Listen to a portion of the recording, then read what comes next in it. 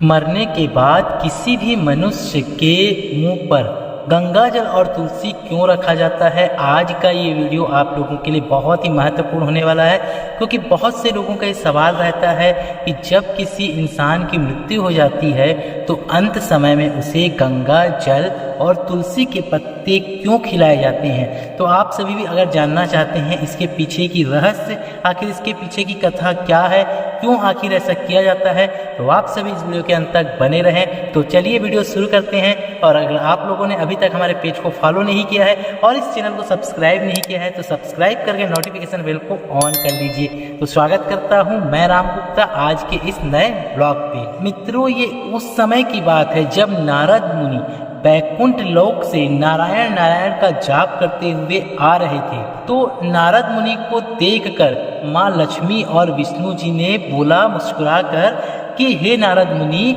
आखिर आज आपके बैकुंठ लोक में आने का प्रयोजन क्या है, कारण क्या है। तब नारद मुनि माँ लक्ष्मी और भगवान विष्णु जी को प्रणाम किए और पूछे कि हे माते, हे भगवान, मेरे मन में एक शंका है, आप उसका निवारण कीजिए। तब भगवान विष्णु ने कहा कि हे नारद मुनि, आखिर क्या शंका आपके मन में चल रही है, क्या सवाल आपके मन में चल रही है, आप हमें उसे बताएं, हमें भी आपके शंका का निवारण करके प्रसन्नता मिलेगी। तब नारद मुनि ने भगवान विष्णु से कहा कि हे भगवान, जब भी किसी इंसान की मृत्यु होती है तो उनके मुंह पे गंगा जल और तुलसी पत्र क्यों रखते हैं, साथ ही तुलसी मैया में जल चढ़ाने से क्या होता है, क्या लाभ होता है, इसके बारे में आप मुझे विस्तार से बताएं। तब भगवान विष्णु ने कहा कि नारद मुनि, आपने जो प्रश्न पूछा है ये समस्त जो ब्रह्मांड है यहाँ के लोगों के लिए बहुत ही ज़्यादा महत्वपूर्ण है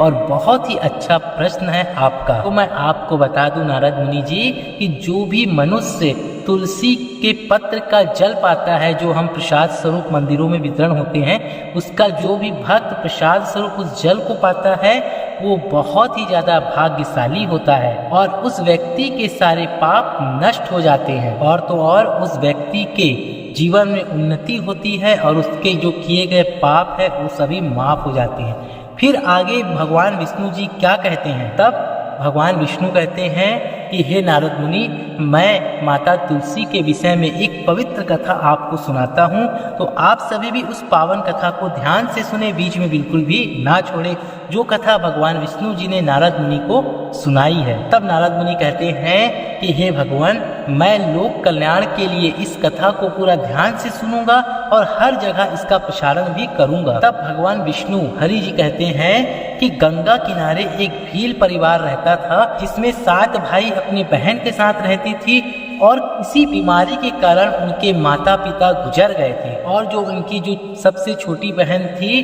वो बहुत बड़ी भक्त थी भगवान हरि की और मेरी स्वयं की भक्त थी, ऐसा भगवान विष्णु जी नारद मुनि को बताते हैं। और वो छोटी बहन हर रोज तुलसी में जल चढ़ाती और उनके जो 7 भाई थे वो हर रोज जंगल जाते और वहां से शिकार करके लाते थे और जो भी शिकार उन्हें जंगलों में मिलता था उन्हें वह घर लेकर आते और उसे पकाकर खाते थे। ऐसा काम करना उनका नित्य का काम था। और जो उनकी छोटी बहन थी वो घर का सारा काम करती थी और उपवास रहकर भाइयों की सेवा करती थी। एक दिन क्या हुआ, उस बहन का हाथ मछली को काटते समय चक्कू से, छुरी से कट गया तो उसके हाथ से ना खून बहने लगा और वो उस खून को दीवार से पोंछना चाही, लेकिन उसने सोचा अगर उनके भाइयों को इस बात का पता चलेगा तो उन्हें बहुत ही ज्यादा बुरा लगेगा। इसलिए उसने ये भी सोचा कि अगर मैं अपने इन हाथों को कपड़े से पोंछ लेती हूँ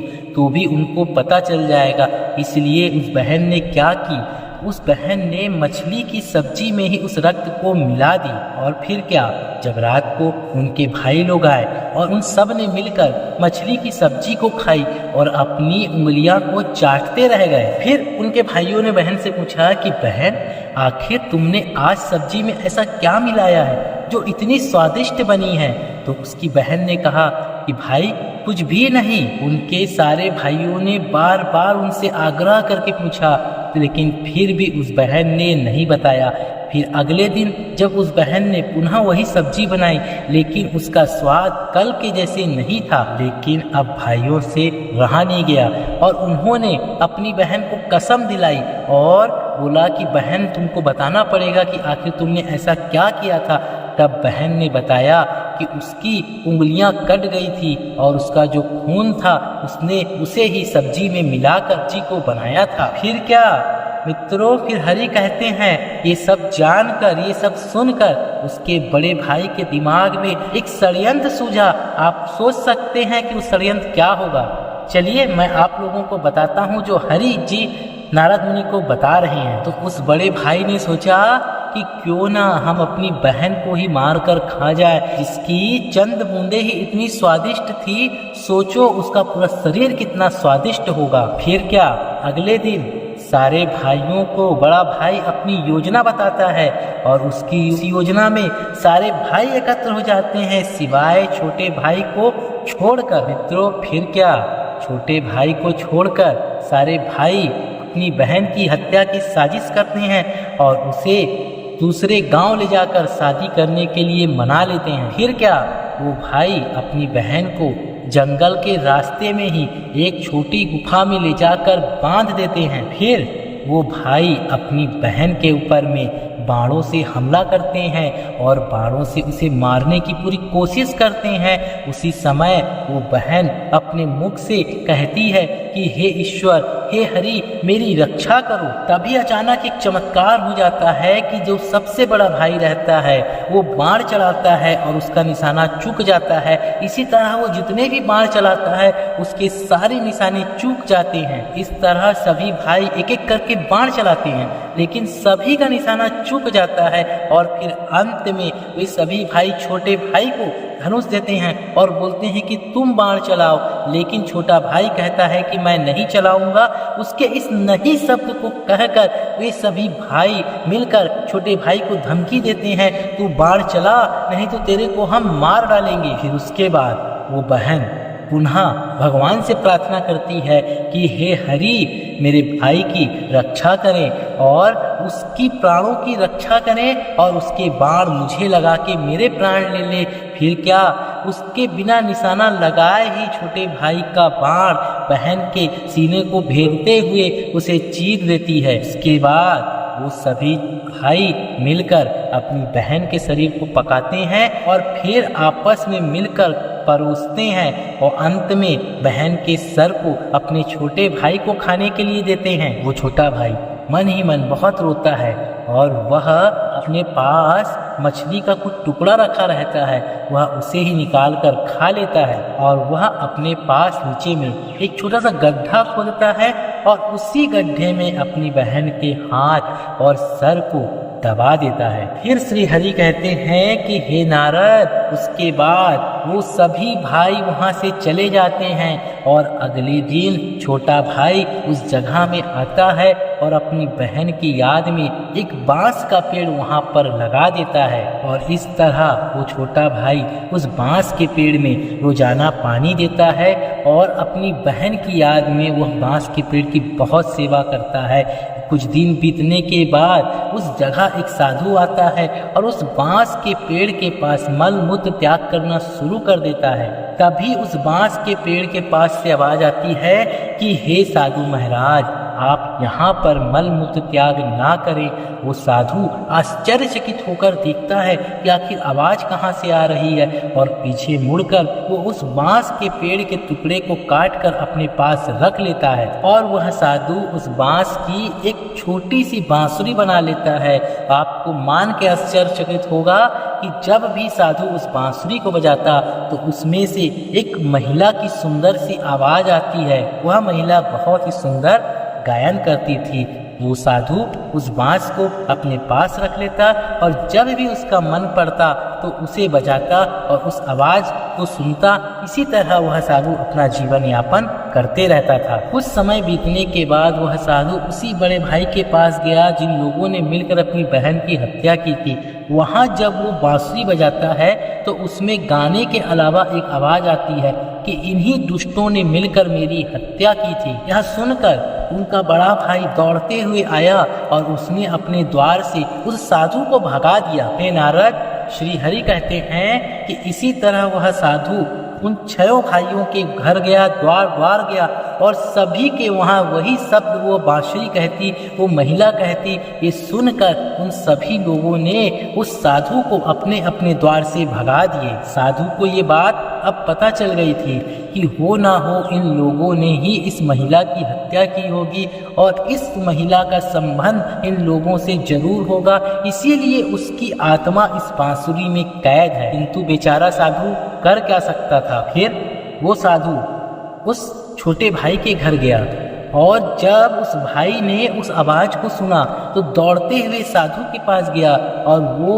जो बांसुरी बजाया तो उसमें से आवाज आई कि यही मेरा प्रिय भाई है जो मुझे बहुत प्यार करता था। जब उसने देखा, दौड़ के जब वो घर के बाहर गया तो उसने देखा कि साधु बांसुरी लटकाए खड़ा है। तो उसने फिर साधु ने बताया कि ये आवाज इस बांसुरी से आई है। तब वो छोटा भाई उस साधु से विनती करके वो बांसुरी मांगता है और वो साधु उस बांसुरी को उस छोटे भाई को दे देता है। फिर वो छोटा भाई अपनी बहन की याद में वो बांसुरी को बजाता है तो फिर वो साधु वहाँ से चला जाता है। छोटा भाई बांसुरी को बजाता है अपनी बहन की याद में तो वो बांसुरी कहती है कि हाँ भाई, मुझे पता है तुम मुझे बहुत ही ज़्यादा प्रेम करते हो, किंतु मेरी मुक्ति के लिए तुम हर दिन घर की तुलसी में जल चढ़ाओ और नित्य प्रति तुलसी मैया की पूजा करो। वह सातवां भाई अपनी बहन की बात को मानकर नित्य प्रतिदिन तुलसी मैया को जल देना चालू कर देता है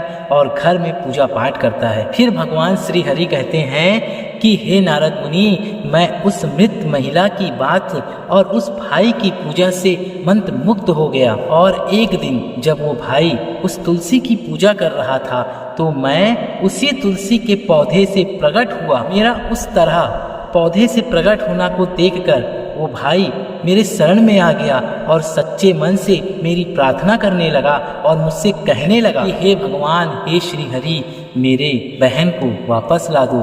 तो श्री हरि ने कहा कि बेटा, इस तुलसी वाले जल को इस बांसुरी में डाल दे। और उसके बाद श्री हरि के आशीर्वाद से उस महिला का पुनर्जन्म हुआ। तब फिर मैंने उन दोनों भाई बहनों को तुलसी के बारे में महत्वपूर्ण ज्ञान दिया था, ऐसा श्री हरि ने नारद मुनि से कहा। तो जो भगवान श्री हरि ने ज्ञान दिया था वो ज्ञान को आप लोग भी बहुत ही ध्यान पूर्वक सुनो। भगवान श्री हरि कहते हैं कि तुलसी मेरी पत्नी स्वयं माँ लक्ष्मी ही है। तुलसी में जल चढ़ाने से आपके जीवन की सारी परेशानियां दूर हो जाती है और तो और घर में सुख शांति आती है, घर की सारी परेशानियां दूर हो जाती हैं। अगर आप तुलसी में चंदन लगाएंगे, चंदन का तिलक लगाएंगे तो ये भी एक शुभ माना जाता है। तुलसी में जल चढ़ाने का जो महत्वपूर्ण समय है वो सूर्योदय के बाद 2-3 घंटा रहता है। यहाँ तक कि ये भी कहे कि तुलसी में हमेशा संतुलित मात्रा में ही जल चढ़ाना चाहिए। और तो और तुलसी के पौधे में रविवार के दिन जल नहीं चढ़ाना चाहिए और सूर्यास्त के बाद तुलसी के पौधे में दीपक नहीं जलाना चाहिए। साथ ही तुलसी के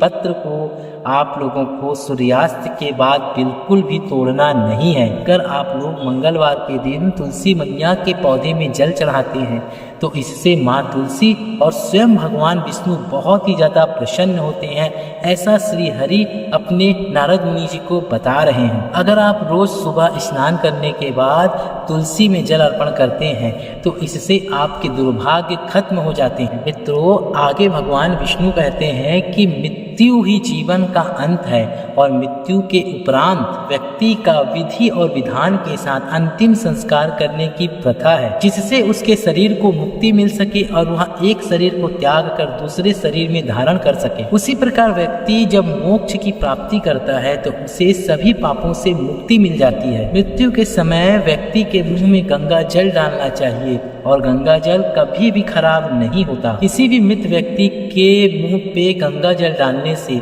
उसके मोक्ष के रास्ते खुल जाते हैं और उसे जल्द से जल्द मुक्ति मिल जाती है। अगर मृत्यु के अंतिम समय में किसी भी व्यक्ति के मुंह में गंगा जल के साथ में अगर तुलसी पत्र डालते हैं तो उस व्यक्ति की आत्मा भगवान विष्णु के शरणों में पहुंच जाती है और उस आत्मा को संसार के मोह माया से मुक्ति मिल जाती है। ऐसा भगवान श्री हरि नारद मुनि को बता रहे हैं, जो आप लोगों के लिए बहुत ही ज्ञानवर्धक बातें हैं।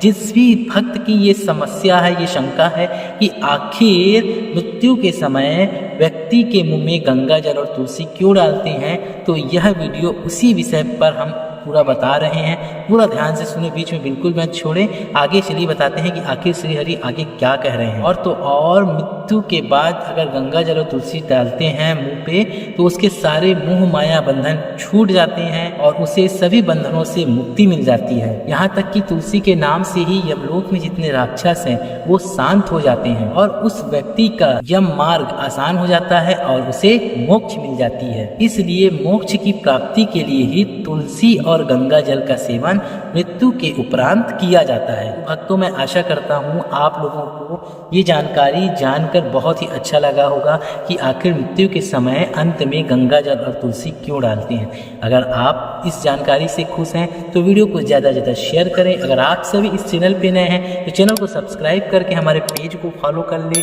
हमें इंस्टाग्राम में फॉलो कर ले। हम मिलेंगे अगली बार एक नई खास वीडियो के साथ। तब तक बहुत बहुत धन्यवाद। ओम साई राम, जय श्री राम।